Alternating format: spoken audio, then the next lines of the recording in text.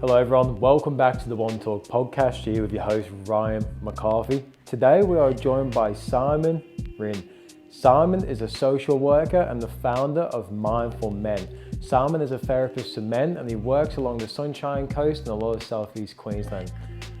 On this episode, we touch deeply on Simon's journey, how he built an organization as Mindful Men, how he became a social worker, a therapist, and we touched on a lot of his journey, but also tips, tools, and strategies that you can implement for mental health and mindset to get more optimal health for yourself and to become a better version of you. So there is a lot of juiciness in this episode, and I'm keen for everyone to check it out. In other news, before we get into today's episode, if you could please share this podcast around with a friend, a family member, even on your stories, it would mean so much in terms of helping this podcast grow and reach a bigger audience and getting this information and resource out there to as many people as we could. If you could also leave the podcast a rating, that would mean a lot too in terms of helping it grow again and just getting this podcast out there. That is much appreciated. But back to this episode, let's welcome Simon. Thanks for joining, Simon. How are you, man? Yeah, good, Ryan. How are you, mate? It's really nice morning up here on the sunny coast. Looking forward to getting out in the sunshine as soon as we've done this. So, yeah, really looking forward to being here too. Yeah, thanks for jumping on, man. And I was standing out in the sun just before this because I live in North Brizzy, so not too far. But when I stood outside, it's a beautiful day today. So, yeah, it'd be nice to get amongst it. Yeah, I'm looking forward to the wife's taking the kids down. So I'm looking forward to the next hour or so having some peace because they've been absolutely jumping off the walls. So, but yeah, looking forward to getting down the park afterwards and then maybe heading out later on down the beach or something like that. Oh, nice, man. Did you grow up on the sunny coast? No, man, I'm from Adelaide. So grew up in Adelaide and left there after university, moved to Canberra, moved to Hobart, moved to Brizzy, and then the sunny coast the last 5 or 6 years or so. So yeah, I think this is home now. I think we're done moving. Whereabouts in Adelaide did you come from? Because I used to live in Adelaide. Yeah, so I grew up in the northern suburbs. So if you know Paraffin Gardens, Elizabeth, Salisbury, yeah, that's my old hunting ground. And I guess my story is informed by growing up in that kind of environment in the 80s and 90s as well, and stuff like that. But yeah, that's where I'm from. Haven't been back for a little while. Mum's itching for me to get back and say good day. But yeah, one day, maybe in Christmas time, we'll go back and say hello to friends and family. Yeah, that would be nice, man. I grew up for a few years in Hallett Cove, so not too far from Elizabeth in Salisbury. Yeah. You know exactly what I'm going to talk about then today. Yeah, exactly.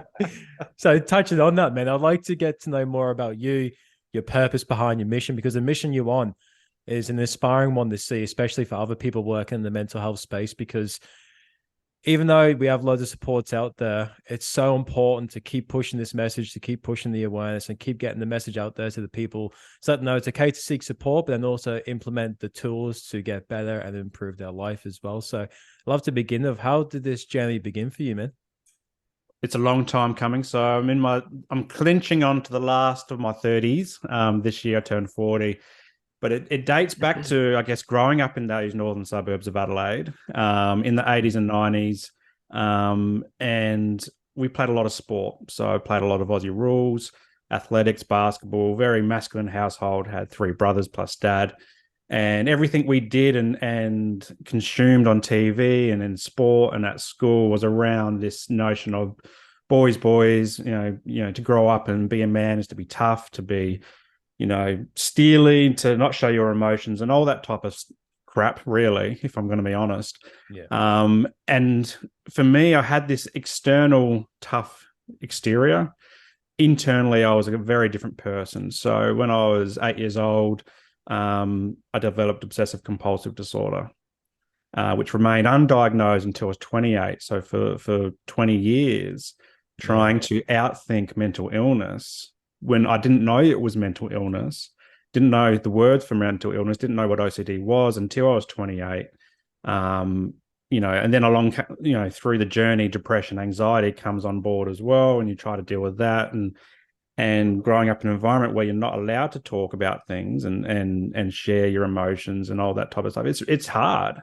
Yeah, definitely. So, get to my teens and start drinking a lot and trying to numb the pain, slow the mind down. But it wasn't really until I got help 11 years ago now that I started to reflect on life and go, oh, well, these are the key things that kind of led me to a life living in the shadows or in silence and suffering as well. And so to shed light on what OCD is, for a lot of people, they misunderstand the condition, or it's a disease and disorder.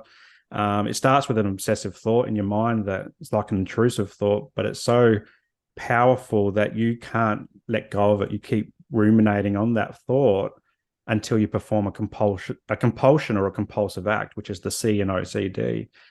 So for me, it was in the schoolyard. A student said to me, Simon, if you stop talking for more than a minute, you're going to lose your voice forever.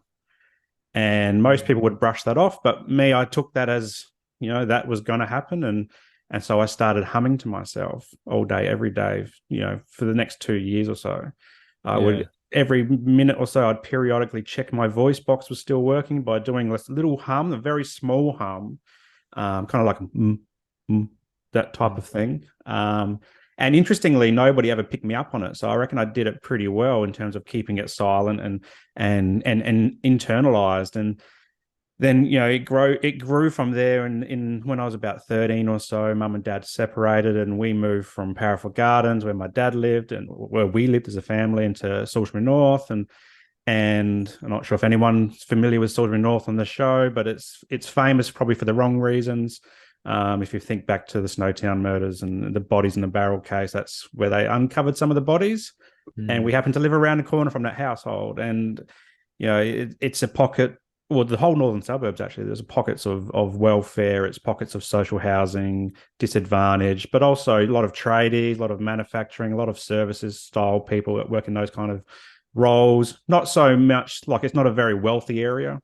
And so crime was something that I saw, and people getting beat up a lot, and particularly at my school and stuff like that.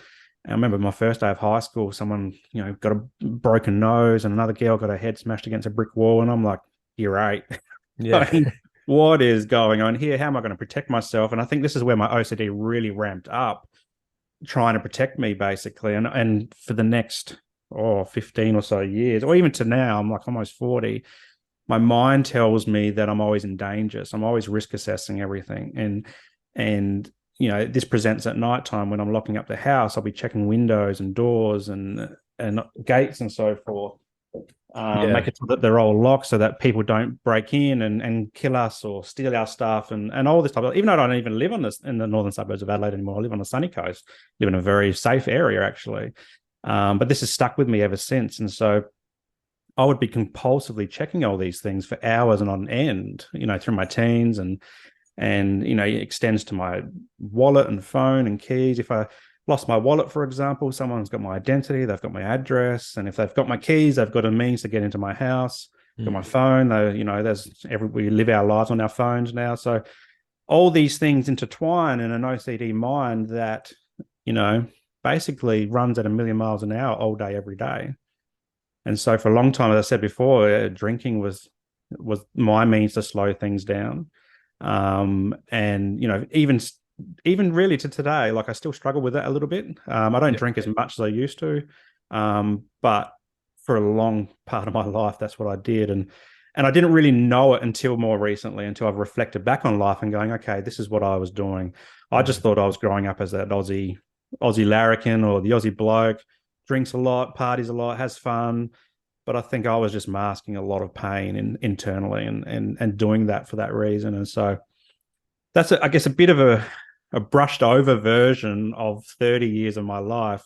But yeah, it all came to a head when I was 28, and my now wife said, Simon, you've got to go get some help for this. This is not the you that I fell in love with. You're drinking too much. You're being a bit of a dick. And by that stage, I had lived so long in silence and suffering in that way. And I thought, you know what, she's right. I've got to go get help. So that's when I went off to the GP and started a recovery journey. And then fast forward until 2020, experienced burnout as well. So burnout's added to my long list my growing list of mental illness. And it's from there that I discovered things like mindfulness and pivoted away from what I was doing in the public service as a career towards creating my own men's mental health business called Mindful Men, as well. So from pain, I've shifted that into my purpose of helping guys to open up about their mental illness, just because I suffered for so long in silence, and I Yeah. just don't want any other one else to do that as well.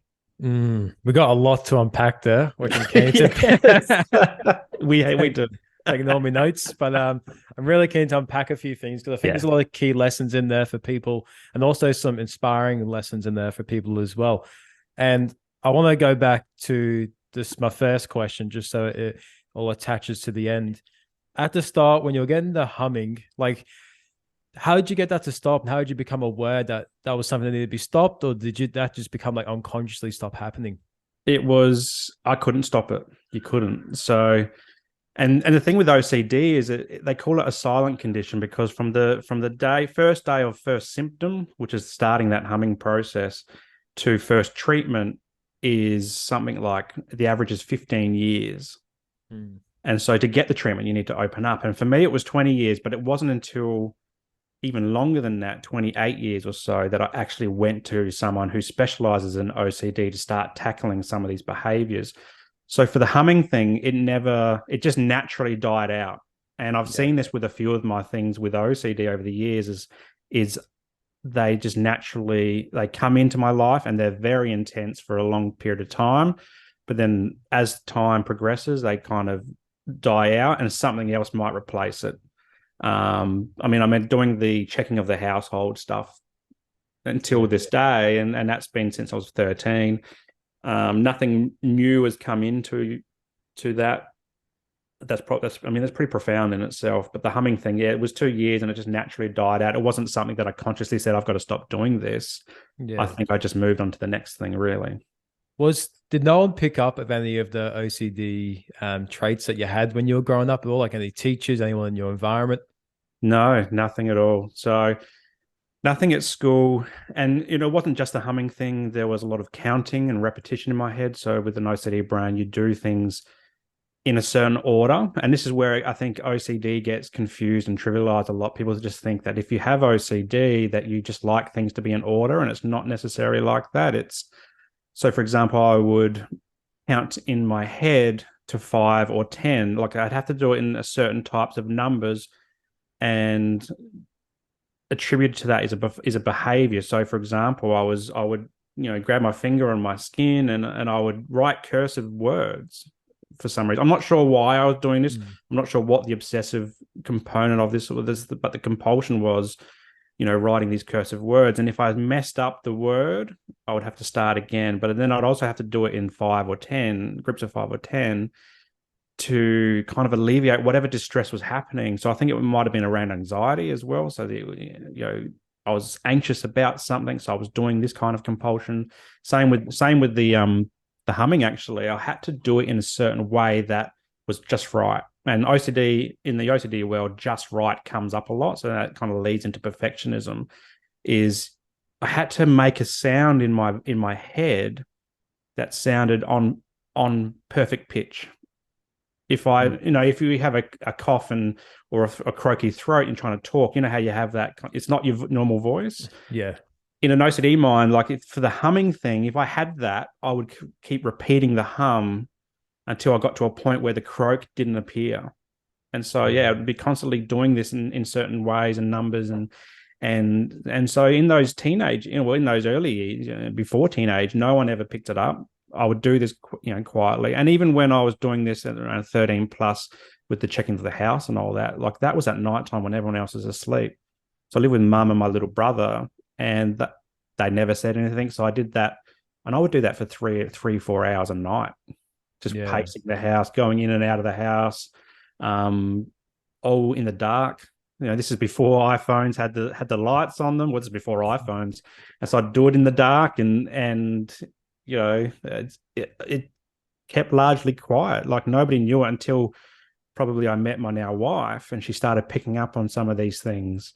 But we didn't know it was OCD until it was diagnosed, and we were together for a few years before I went and got the diagnosis. So it wasn't until then I go, oh, that's what I do. I didn't Mm. really realize that. So Yeah, growing up, did you believe everyone else was having a similar experience to yourself, or did you know that your experience through life is somewhat unique to yourself.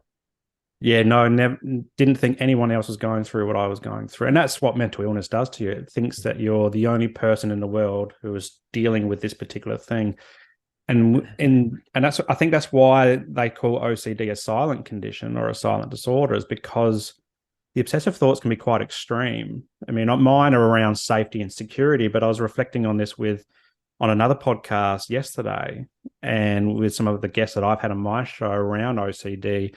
And there's people that have themes around harming other people, around pedophilia, around religion, around ethical stuff. And so to be able to verbalize those types of things is quite distressing. And even for me with some of mine sometimes brings up suicidal ideation. And for me to talk about that with GP or my wife or a counselor or therapist or whatever, it's quite challenging.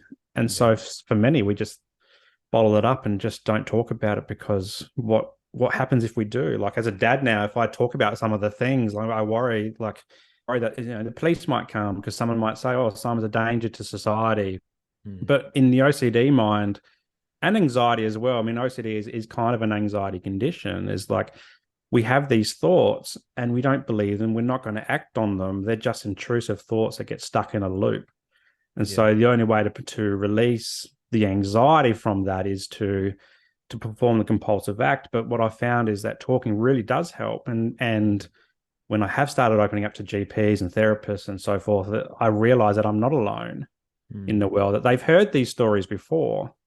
But internally, I think I'm the only person, and have for 3 decades, experiencing these kind of distressing thoughts.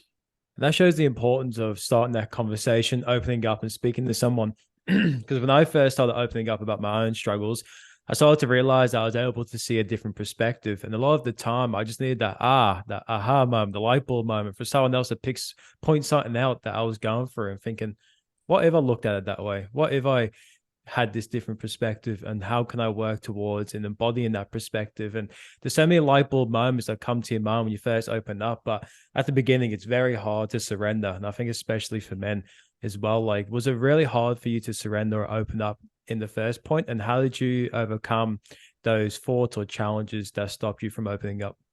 Yeah, absolutely. And so I remember 1 or 2 years before I did walk into the GP's office, my wife, my now wife, or I just call her my wife because she is my wife. But yeah, she said to me, Simon, you got to go get help. Like, this is, you're killing me. You're killing our relationship. You're doing all these things.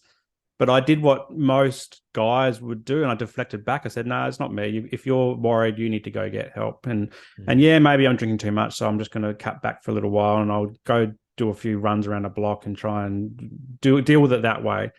And so I did that a number of times. And I think part of it was I didn't want to open up. I wasn't ready.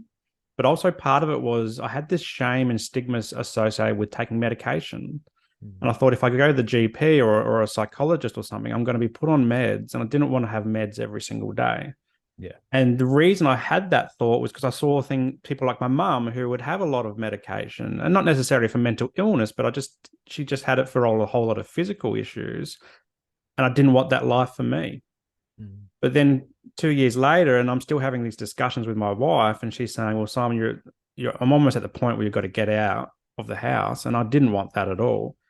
I think that was the light bulb moment, going, yeah, I need to go and get help. And yes, I did end up getting a script for medication, and I've been on medication ever since. But what I've since learned is, when I started opening up and take that weight of the world on my shoulders, started taking things like meds and doing the homework with therapy, I realized that I actually need these things to feel more normal, if that's even a word, or to feel better version of myself. And since then, like now, I'm a big advocate for medication, because when I'm not on medication, I really do notice it, and things go downhill pretty quickly.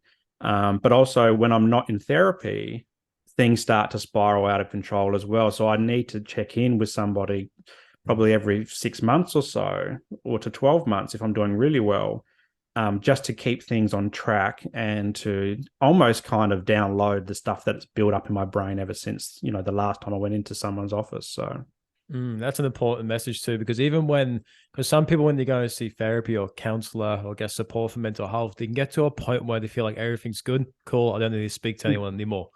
Then you're going to start slowly working backwards because all these thoughts and all these things that you're processing and emotions are going to bottle up in your mind. And eventually they're either going to come out in the way you don't want to express it, or you've got to force yourself to express it and surrender in a way that will benefit you. I think it's important, even when you get to like a better spectrum of mental health or mental wellness, it's important to still speak to people and open it up. Like you said, I like how you touched on it. You still speak to someone every 6 or 12 months to make sure that you are regulating appropriately, to make sure you're not unconsciously building things up. And it's really, I think that was an important message that you touched on there. Yeah, absolutely. But it's been a long journey to get to that kind of stage. And I'm by all means, like sometimes we call that maintenance, but I'm actually going in there again because I'm probably in acute periods. So mine go up and spiral up and down very quickly every 3 to 6 months. But it's taken a long time to get used to therapy as well. Like for the first time I walked into a psych's office and I expected them to heal me and to fix me within 3 sessions, and that was going to be it. But it didn't happen, and I went for my initial 6 sessions. My very first mental health care plan, which is what it used to be called.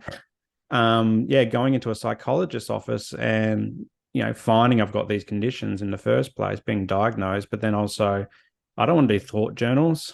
I don't want to do the homework and all that type of stuff, and so I kind of dropped out. And then I thought, a few years later, I'd go see a psychiatrist, which is different to a psychologist. And that guy just was creepy as, like, he was the token, white, middle-aged guy, psychiatrist I just had the irks with. And so I lasted 2 sessions with him. I'm like, I can't go back to that guy. Don't feel comfortable opening up to him. Tried another psychologist, the same as the first psychologist. I'm like, I just feel like I'm repeating the same stuff over and over.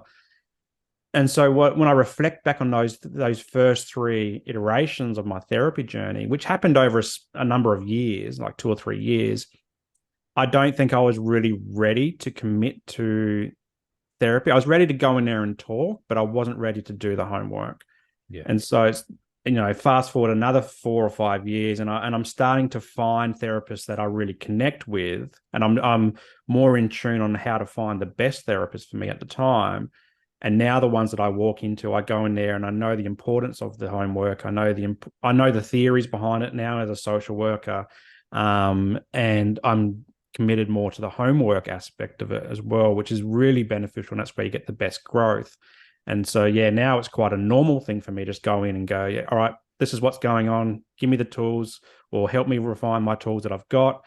And let's get into it. Like, I'm not going to mess around. I don't want to waste anyone's time and my money as well. If I'm not here, if I'm going to be here, I'm going to do the work. So that's another important lesson, man, because when we first start opening up and talking to people, rather to psychologist or psychiatrist, counselor, because in today's age, we've got so much easy access to things that give us instant relief. Rather, alcohol. For me, I used to be a drug addict, so I used to resort to drugs. For some people, it could even be social media gives them that instant relief, or it can be whatever it may be. Anything can give you that instant relief. And to actually go to a place and understand that, oh, this is not going to be sorted within the first or 2 sessions, and I've actually got to go away and do the work, can be a challenging thing for people.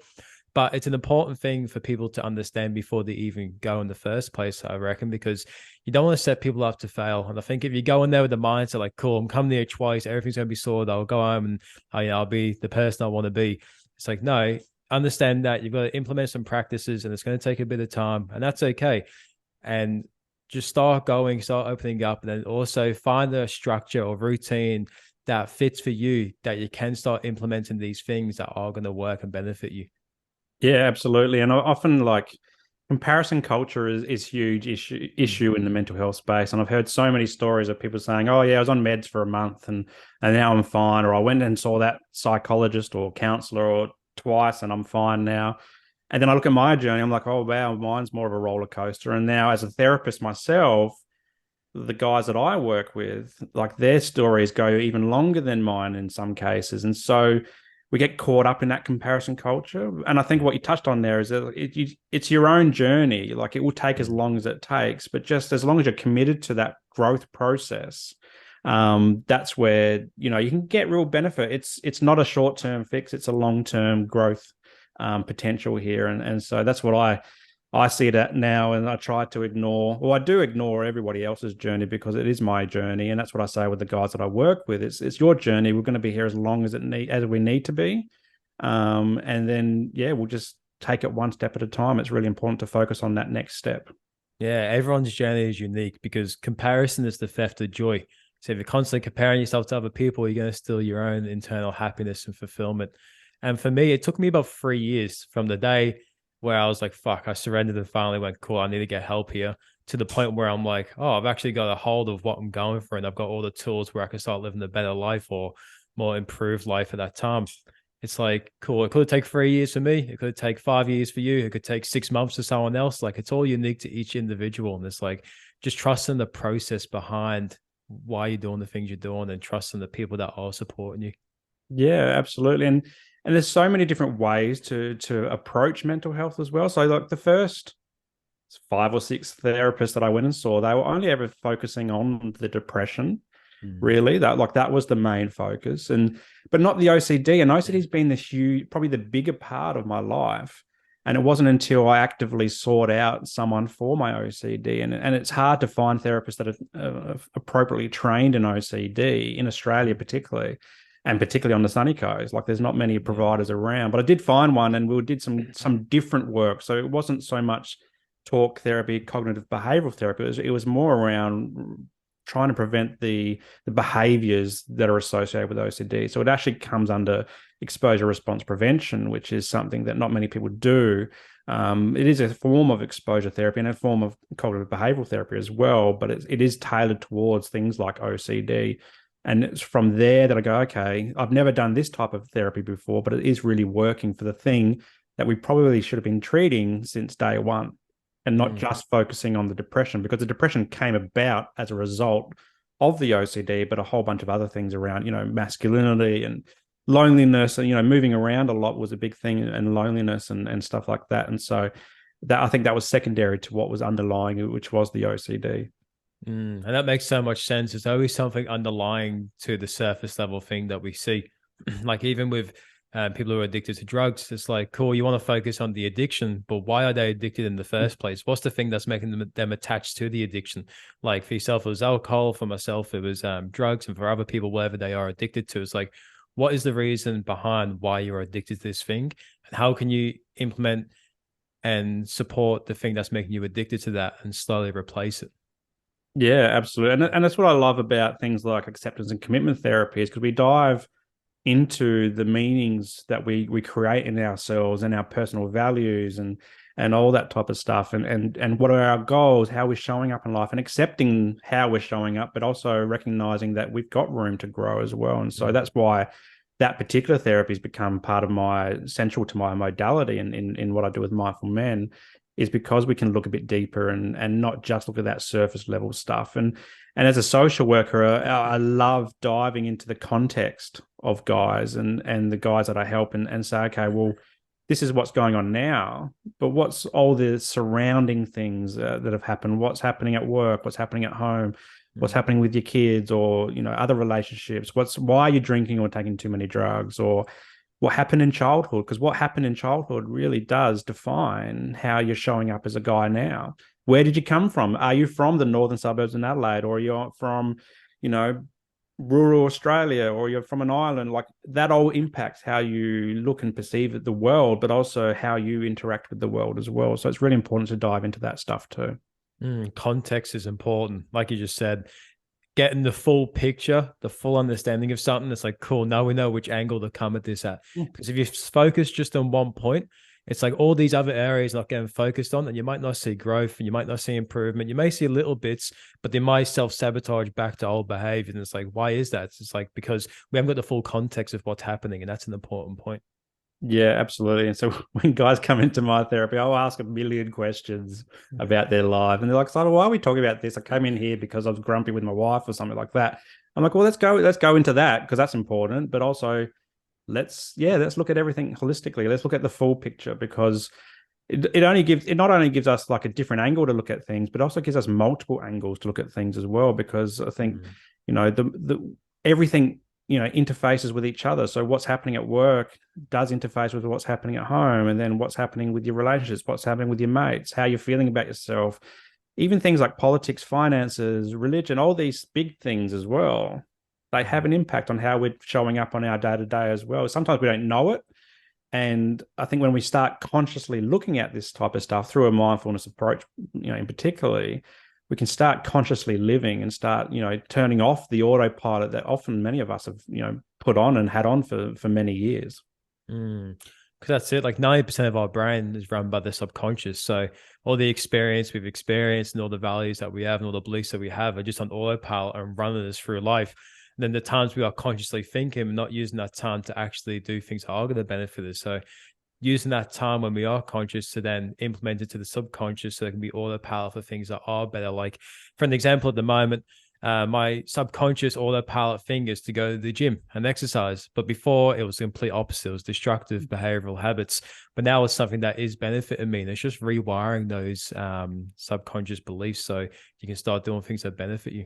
Yeah, absolutely. And it takes practice. Yeah, definitely. And therapists can help, but it's not just therapists. It's your mates, it's your partner, it's coaches. There's so many different diverse ranges. There's podcasts. Like if you had a podcast, and part of my healing from recovery, I was listening to a lot of growth podcasts as well, and realizing that I can change the internal discourse that's going on, which has also been really useful for the OCD because that is an internal battle.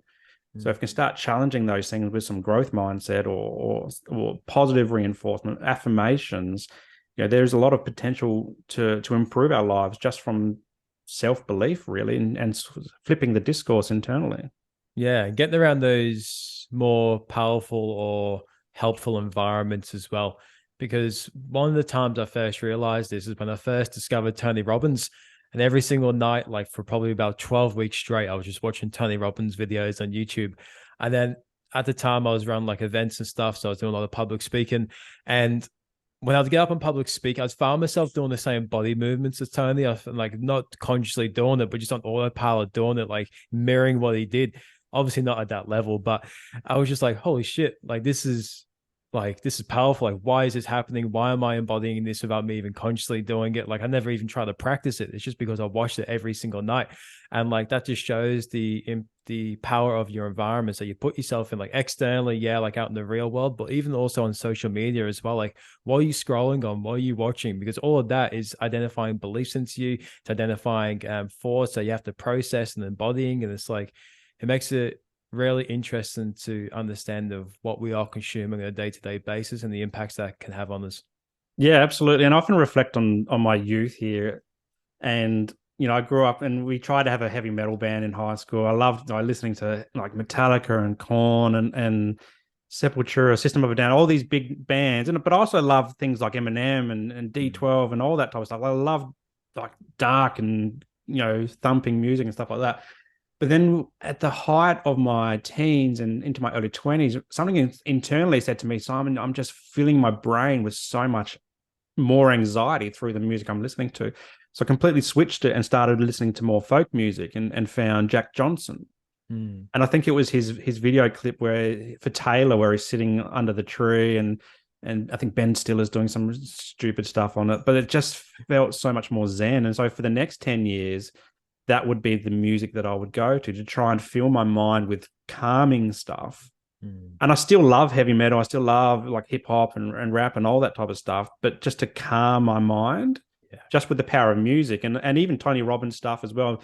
Well, the last few years, I've been trying to consume more of that style content rather than the news and all that type of stuff as well, which is just so negative. That's Sorry, my dog's just. I'm going to put her out. She's just. Oh, good.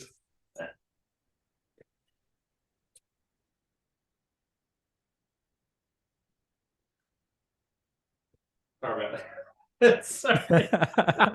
My dog is just. She's old and she like if you kick her out she'll scratch, but if you keep her in she'll just scratch and scratch and scratch as well. So that's same with my dogs. I've got two like 50-kilo mastiffs. And every single time I let them in the house when I'm doing the podcast, they wrestle at the door that I'm in. And you just hear the door just banging. And I've had guests on the podcast and they're like, what's that banging noise? Is there a fight in your house? I'm like, nah, it's just the dogs. I think it's a good analogy, and the kids as well. It's a good analogy for a mental health discussion because there could be things that are distracting you, and you keep focusing on it, and you can't focus. You've got to pull yourself back and go, you know what? It's just a dog, or it's just the kids. It's okay. Yeah, But again, the perfectionism comes into it. There, it's just like, oh, you know, we've got to have things quiet. We've got to be focused. We've got to do this. But life's not like that. exactly. So I often have the dog in here for that very reason to remind me that there is beauty in imperfection as well. Yeah, so you just got to learn how to adapt to situations, and Yeah. that's it. Like if you try to be perfectionist at everything, you're gonna self-destruct yourself internally over time. Yeah, well, that's a really important because as a social worker, we have these practice frameworks, and central to mine is this concept called wabi sabi. So it's the beauty and imperfection, Mm. and that's really important for me because as in someone living with OCD, and I mentioned earlier that things have to be just right. It's perfectionism has driven so much of my life that it's became to a point where I burnt out in 2020 and I couldn't function. I had to take 5 months off of work. Mm. And even since then, there was a lot of therapy involved in coming back to that point and rehabilitation. And so now I'm consciously trying to not be perfect. So Yeah, it could be the dog in here, or it could be the kids banging on the door, or in the work that I do is recognizing with the guys is that I'm not the perfect therapist. I'm not the perfect bloke. I still struggle with things like alcohol. I still struggle with my emotions and all that type of stuff. But I'm acknowledging that, I'm recognizing that, and I'm moving forward with purpose and trying to work through it actively as opposed to just letting it sit by the side for another 10, 20 years like it previously did. yeah. And with burnout, man, was there any early warning signs that you ignored intentionally, or was it something that just hit you in one moment? Um, Burnout, for anyone who hasn't heard of what burnout is like, severe chronic stress, and it's actually a slow burn. So we think of burnout as going, and I when I first heard the word burnout, it was I had my in my old career was high key performance indicators. So I worked in the public service in the disability space, and we had to. It was like a conveyor belt of work. You do one job, press approve, the next one would come, the next one would come, and you'd have to do that repetitively for years. I did that for 4 years, and I think burnout was a combination of that plus 30 years living with mental illness. Plus, at the time, I was studying part time as a social worker, so as a master's degree, which is not easy, or study in general is not easy. And then we had two kids and COVID. And so we had lockdowns as well. So, you know, this room is my spare room at home, but we had our whole world was here Yeah. for those lockdowns as well. And that's when I burnt out. It was I just got to a point, and it happened at work, but I think context is important. And again, it's more than a work thing, and we often think it's just work. But it was everything. It was all of those things that have been going for a long time, and it's like I had five candles burning at both ends, and then Mm. eventually I just had to drop them all because I couldn't do anything. So there was a whole bunch of things, but what I did know, increasingly cynical and increasingly just not, I couldn't care anymore. Like, Yeah. and I cared a lot because, you know, I worked in supporting people with disability, but also who were in the child safety system as well. And so I could see internally how our systems and structures weren't really working in that space. And so I was trying to advocate for change internally to this massive public service organization, and nobody was listening. And I was doing this for years. And then, but I also realized I was doing that in other jobs as well. So before that, I was in, you know, border force and home affairs, and I was trying to do the similar in there. And what I'd realized is over the majority of my career, I was trying to do better, be perfect, be perfect, be perfect, and that kept coming up as well. And and I kept masking it with alcohol, and I kept masking it with, you know, just trying to switch off at the end of the night. But I was one of those guys that Sunday would come around and you start getting those Sunday dreads. I don't want to go to work tomorrow. I don't want to do this tomorrow. And then you get through the week and you go, okay, I got through a week. How can I get through the next week and the next week? And I was doing this for years, but the last 4 years, really, it just all came to a head. Yeah. And, you know, I was getting short with people. And I think one of the key moments for me was when I was in a session with another person, with a client. They would come in the door, and for the next 2 to 3 hours, my focus was fully on them. And I remember 15 minutes into conversations, I had no idea how I even got to that point. I Mm, forgot people's names. I was forgetting my train of thought, and my workloads, I could no longer approve them in the time that I needed to. They were dragging out and dragging out and dragging out. And so it wasn't until I just basically crumbled and got to a point where I was having a chat with my manager and she was asking about workloads, and I just started crying and I just said, look, I think I'm, and I didn't even know where this word come from. I didn't know what burnout really was. And I said, I think I'm burnt out. And it was lucky that my GP had experienced burnout in their life as well. So when I went to him and I was explaining what was going on, it's like, Simon, you're burnt out. Look, this is what burnout is: chronic, prolonged stress. mm, And the tools that you've been using haven't been working. You've been taking on too much. You need to rediscover joy, rediscover calmness, rediscover clarity. And it's going to start with 5 months off of work. yeah, well. So, what do you do now to make sure that you don't experience burnout again or repeat anything that will make you experience that again? Yeah, that's been a journey. So it's 2020 that happened, and I initially went to therapy and initially introduced to things like mindfulness, which I love now. But at the time, I'm like, this sounds just really wanky. Like, just do gratitude journaling and what are your three things you're grateful for? For so many people, that doesn't work. And for me, it didn't work. I did it for a week or so. And yeah, I'm just like, this just sounds boring. It's just not lighting me up. And what was happening was my three things that I was grateful for, I just kept regurgitating every single day. And so it just felt like I wasn't doing anything. So it was like family, house, I've got a job, even though my job caused burnout partly, but I've got a good job with good money and I'm paying a good mortgage. And so I kind of parked that for a little while. But then when I recovered from that and went back to work, I went to a different psychologist and we changed how I looked at gratitude and mindfulness. And instead of looking at the big three things, we're looking at the everyday things that I've been skipping because I've been on autopilot. So, like my cup of coffee, I love coffee, Mm. and actually just tuning into why that makes me feel good. Or if I've had a good half an hour with the kids, they haven't been screaming at each other, and we just had a nice half an hour of serenity or something like that. These are the things that we kind of overlook because we think we have to look at the big three things. And so Mm. that started to keep me in check. But also, I started doing this thing, and I now call it mindfulness on the move in my own therapy practice.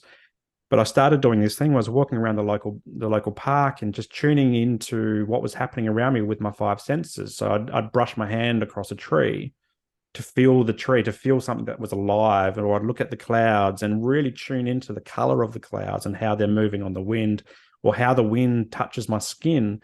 And this sounds all really wanky and hippie and all this type of stuff, but it really did work because, again, and it's probably come out in this podcast, my mind races so quickly. I could be bouncing between 500 different thoughts at one thing, and I could be talking about two different things at the same time. So they often come out jumbled. And people often say to me, Simon, are we at the end of the story or are we at the start of the story? And often I'm at the end, but internally, my mouth is like at the start, and I get confused as well. And so by doing this mindfulness on the move, I was able to slow things down and ground myself in the moment, be where my feet are.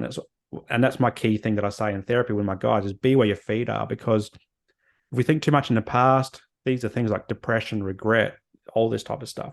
We think too much in the future, a lot of anxiety comes up for us. We're like, it's all the unknowns. What's going to happen next? What should I do? How should this happen? And we try to plan for the worst case scenario. But if we can be where our feet only know one place to be, and it's right here in the moment. Yeah. And so by doing, going for a walk and doing that, using nature is fantastic for that, whether it's walking, gardening, swimming, anything outside. But even internally here as well, like part of my recovery from burnout was sitting on my Mac, and there's a program called GarageBand, and I've never been a DJ, but I always thought, oh, it'd be cool to be kind of like a DJ one day. And I was just looping music together that was already on GarageBand. And it was a creative process that was giving me joy, but also letting me focus on one thing. And Mm. so this mindfulness, kind of really tuning into that aspect of mindfulness, and then shifting the way I did gratitude, that's kept me on track for, the last couple of years. But then also back to regular therapy as well, checking in with my therapist. checking in, tuning in. Like if I'm feeling rubbish, I'll check in with my self-care. So am I drinking too much? Am I sleeping enough? Am I eating too much shit? Am I exercising enough? All the things that, sound very simple, but if they're not in check, for me, that's when I spiral out of control.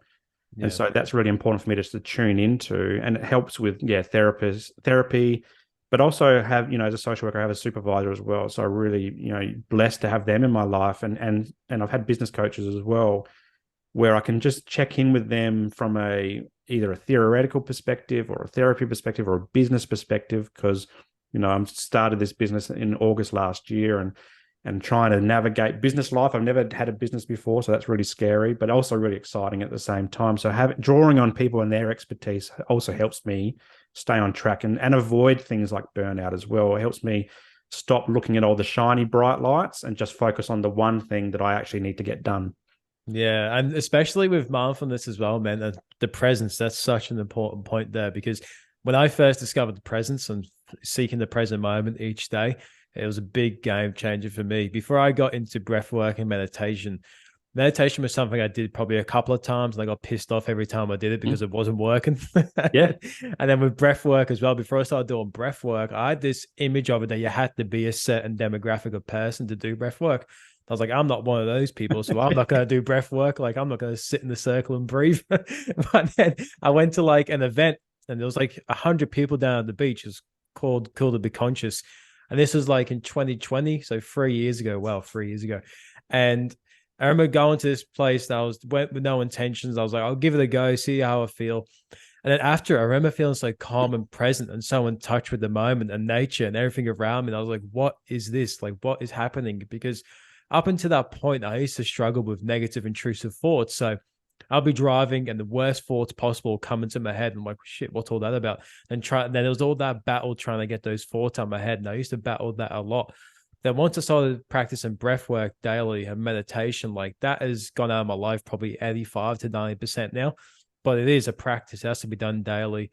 But the misconception about mindfulness a lot of people can have, especially men. But then once you practice it and you see the benefits and rewards from it, you're like, holy shit, this is like it's like a superpower in a way. And I love that you named your business and your work the Mindful Men, because it's dropping the stigma on what mindfulness is, but it's also an important piece of the work that you do. Because I saw with the work that you do, a lot of it's like you don't want to sit in an office and talk about what you're going through. Let's go for a walk. Let's go for a coffee. Let's play basketball. And I think that's so cool because you're connecting people to the present moment, but also being able to get people to open up and support them for the challenges they're going through.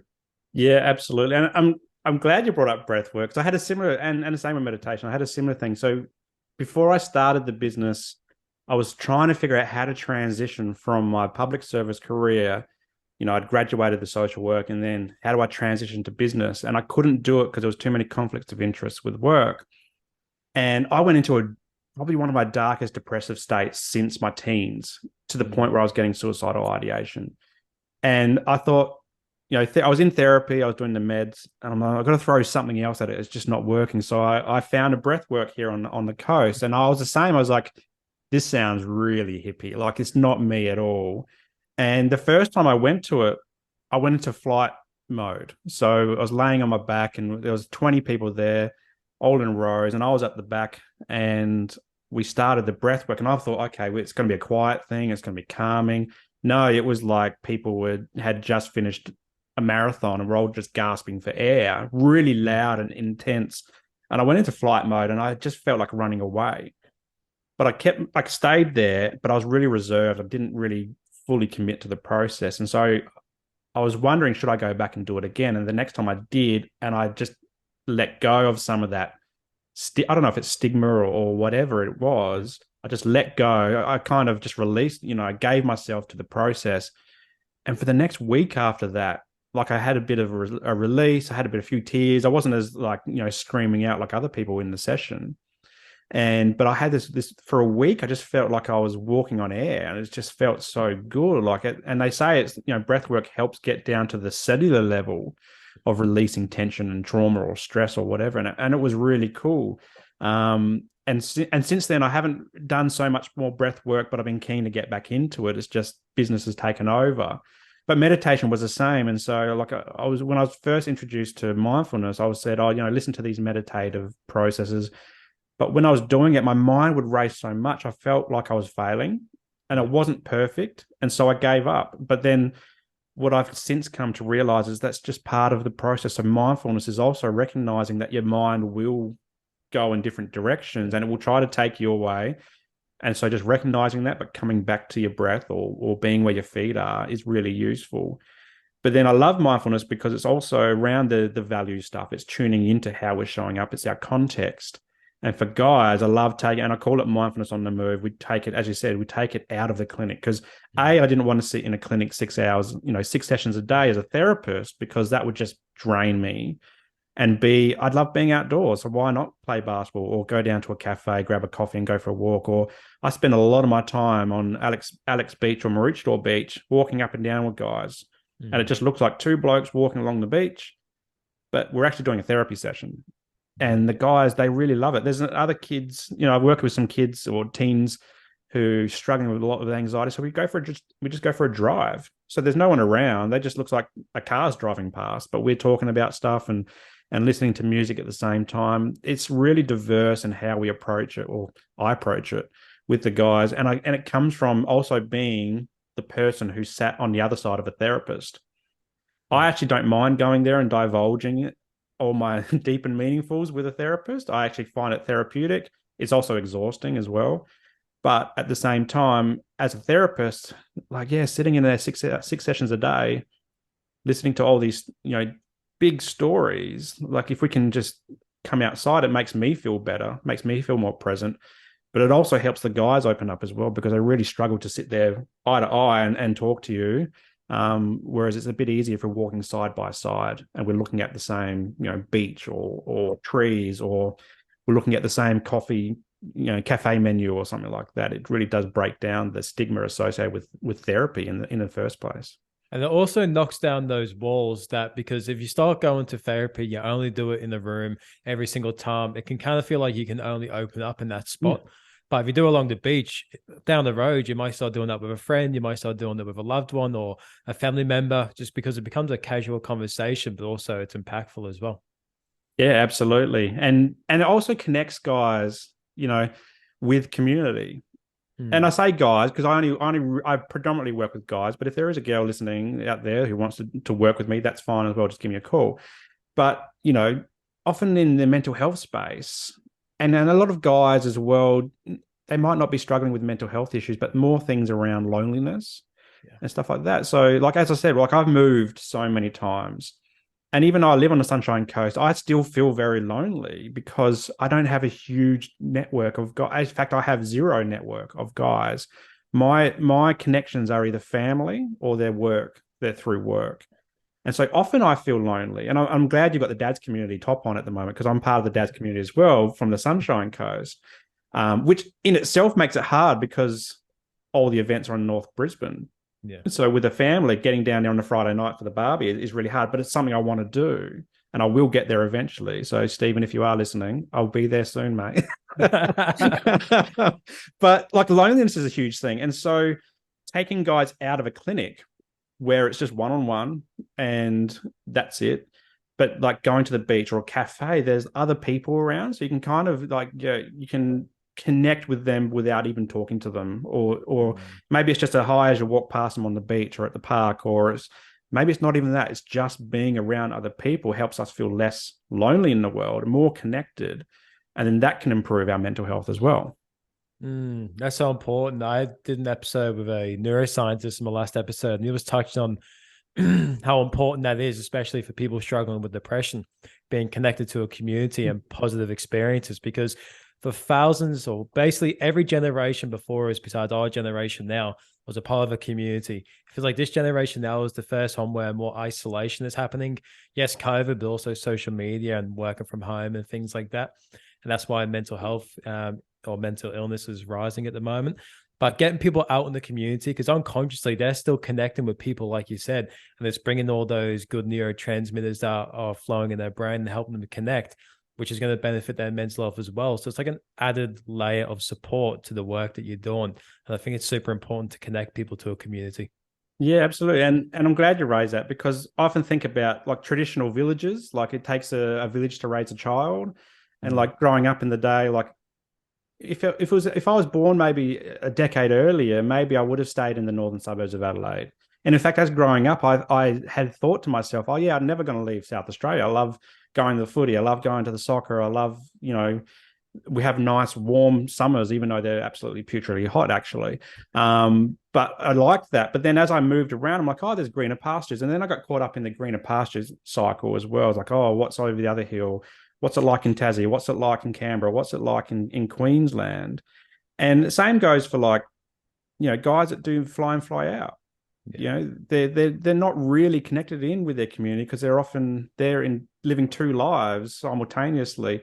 And so this is a real thing. And I think it's come about because it's easier for us to move like across the world. It's easy for us now these days to pick up and just move across the world. Whereas in previous generations, it wasn't easy.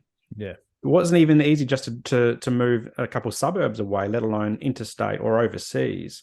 But now we're kind of chasing the work. The work moves as well. It moves offshore. Like I know people that have had to move overseas because their work has left Australia to go overseas, and to keep their jobs, they have to move with it. Or like my brother, he's in the Air Force, so he's been on deployed in so many different countries just because that's where the work is.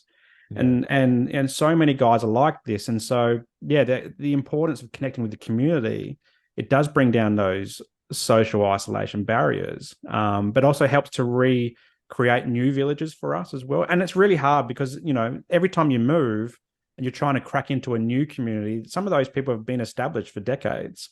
Yeah.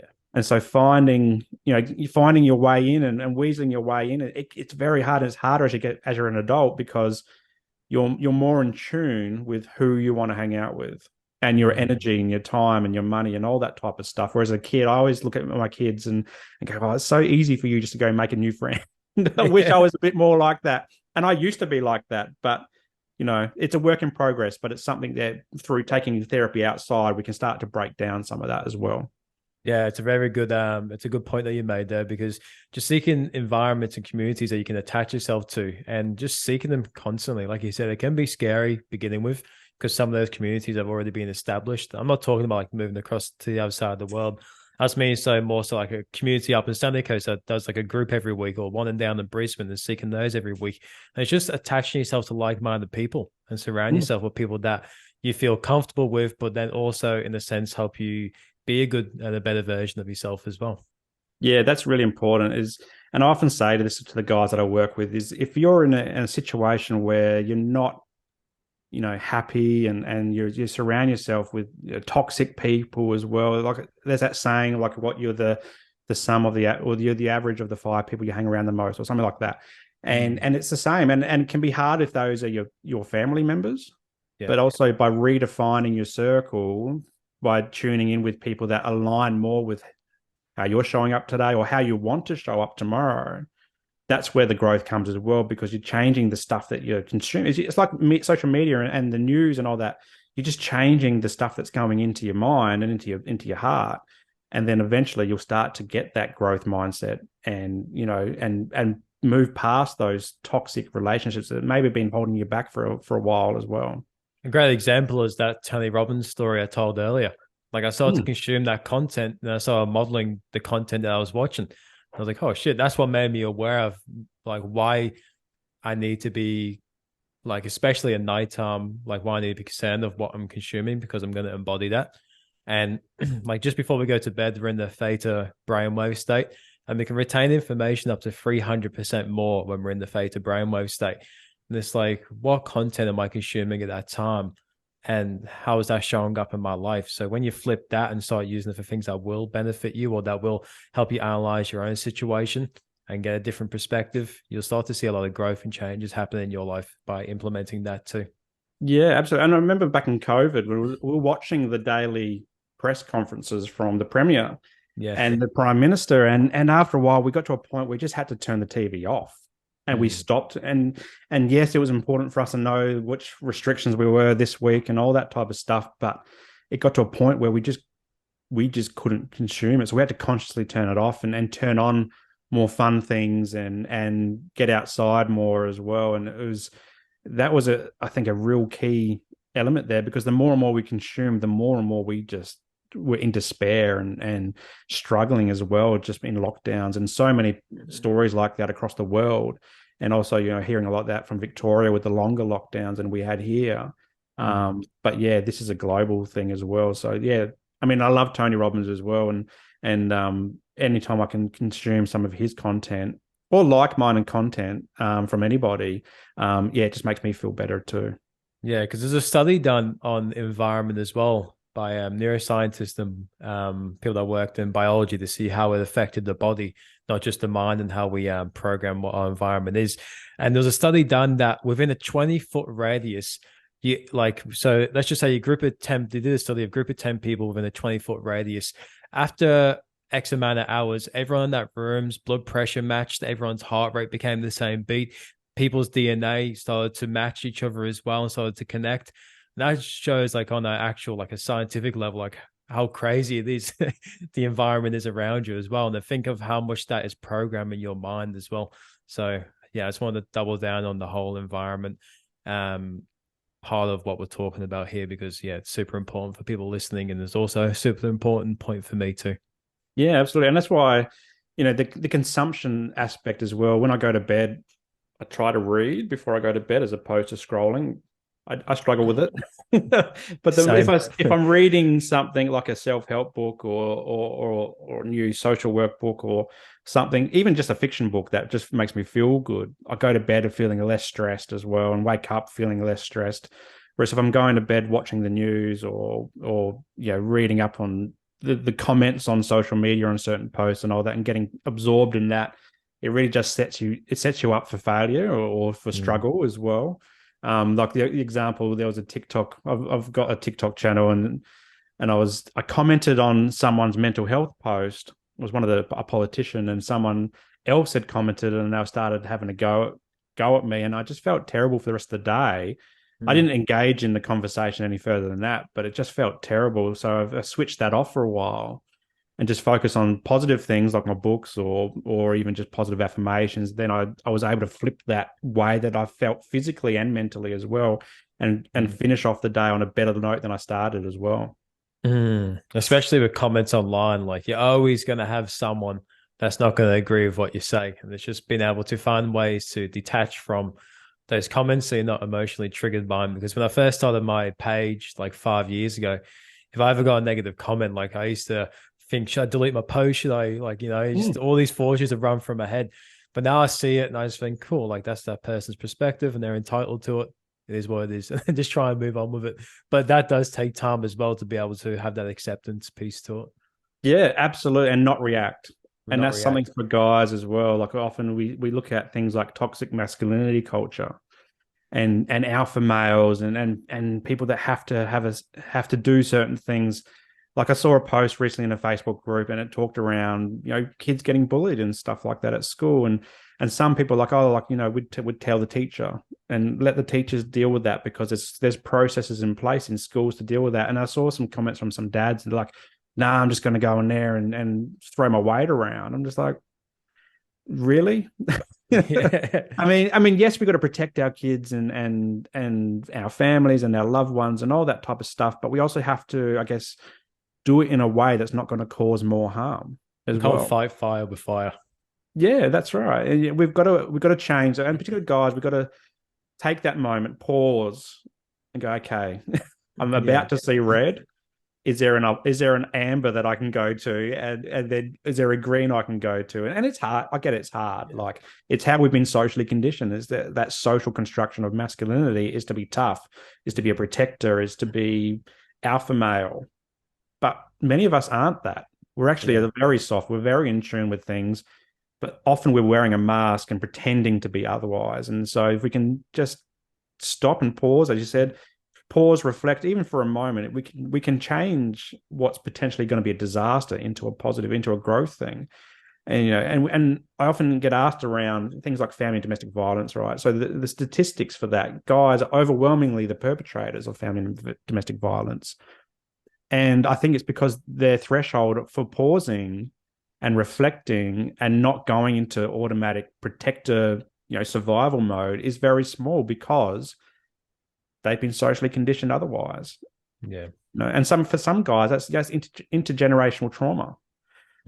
Or it's years of substance abuse, or it's just that concept around guys can't talk and they shouldn't talk, so they just bottle it up and then it explodes like a volcano.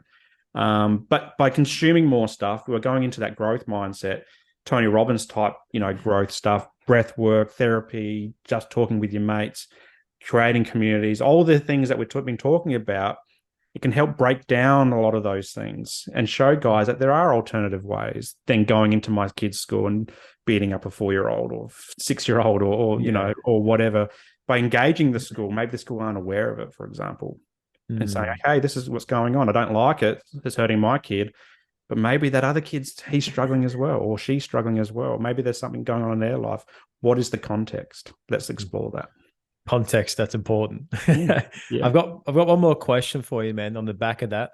Yeah. What helped you become more responsive than reactive? Because for myself, one learning I delved myself into was Eckhart Tolle. He's like a spiritual teacher.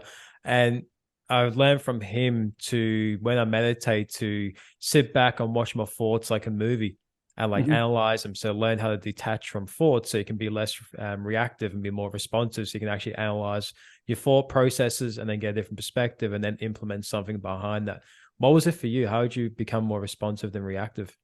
It's a combination of a few things. I think it started with just opening up in the first place, but it's not something I tuned into until I'm fortunate I went into social work, because social work gave me the tools for critical self-reflection. And we do in social work, that's what we do a lot of, is critical self-reflection. And we use supervision to do that as well. So looking at the world through different lenses and going, okay, this is why, Eastern culture is different to Western culture and how they perceive things. So that was useful, but also through my own therapy journey and talking, as well as just getting these things off my chest, because once I started to verbalize things or write things down, I could see the words for what they actually are that were floating in my head at 1,000,000 miles an hour. And it felt like I was no longer looking at 500 tabs open of the computer in my mind. I can actually just bring one out and make it reality and go, okay, this is just old garbage. I don't believe any of this stuff. It's just stuff that my mind is trying to piece together. So it's a combination of the therapy, the social work. Becoming a dad was a huge one, actually. And just trying to see the world through my kids' eyes. Like, I've got a 6-year-old and a 3-year-old. And so they do things at a different pace that is like slower. It's more authentic. It's genuine. They're not worried about tomorrow. They're perfect examples of being where your feet are, because they're just in the moment playing or screaming. Like, we've had a few screaming fights this morning, but the two kids go off at each other, but they're in the moment. They're not worried about finances or house stuff or work or all these political things, religion things they're having around the world. They're just worried about what's happening in front of them. And so becoming a dad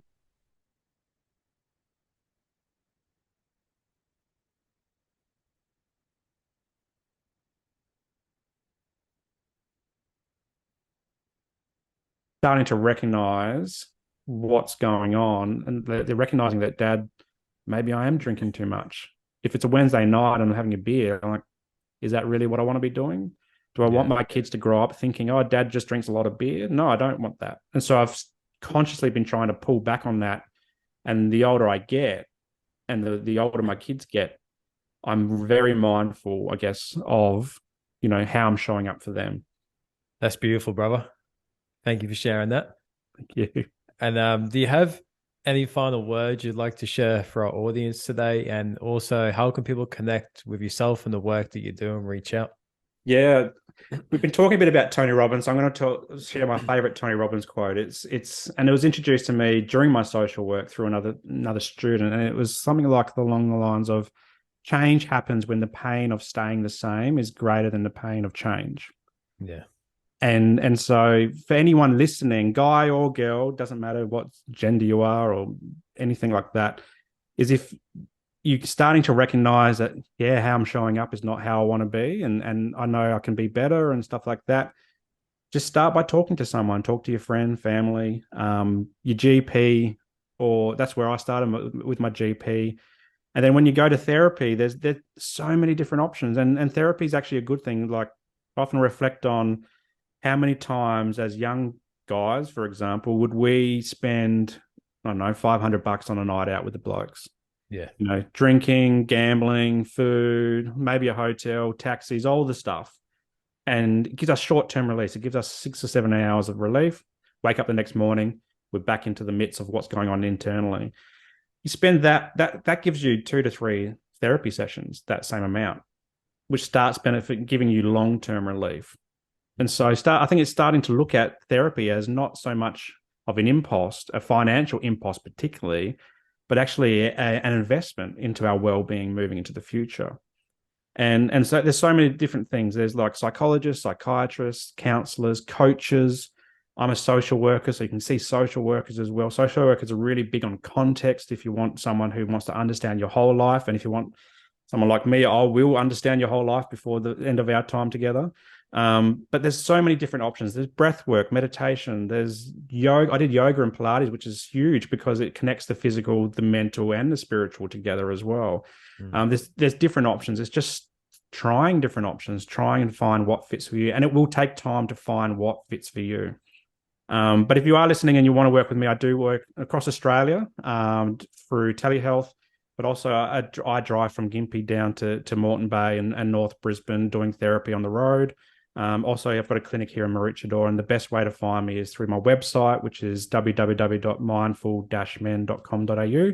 And that links to also my social media and the Mindful Men podcast as well, which I do weekly as well, sharing inspirational stories of people around the world. Like, for example, this week we've got an ADHD coach sharing her journey on what it was like to be diagnosed at 35 with ADHD and what happened during childhood and how that impacted her and her career as well. So, yeah, lots of resources available through the website. Awesome, man. I'll link everything in the show notes. So if you listen to the episode, jump in the bio. Everything will be in all the links and stuff will be in the bio. So check it out. But thanks for jumping on, man. I appreciate your time, and we had an epic conversation. Yeah, Ryan, thanks so much. And keep up with the great work you're doing. You're doing an amazing thing with the podcast, but also with the dads community as well. I always love to plug the dads community. So yeah, keep up the great work and yeah, look forward to the episode coming out. Cheers, brother. I'll see you later. Cheers, mate.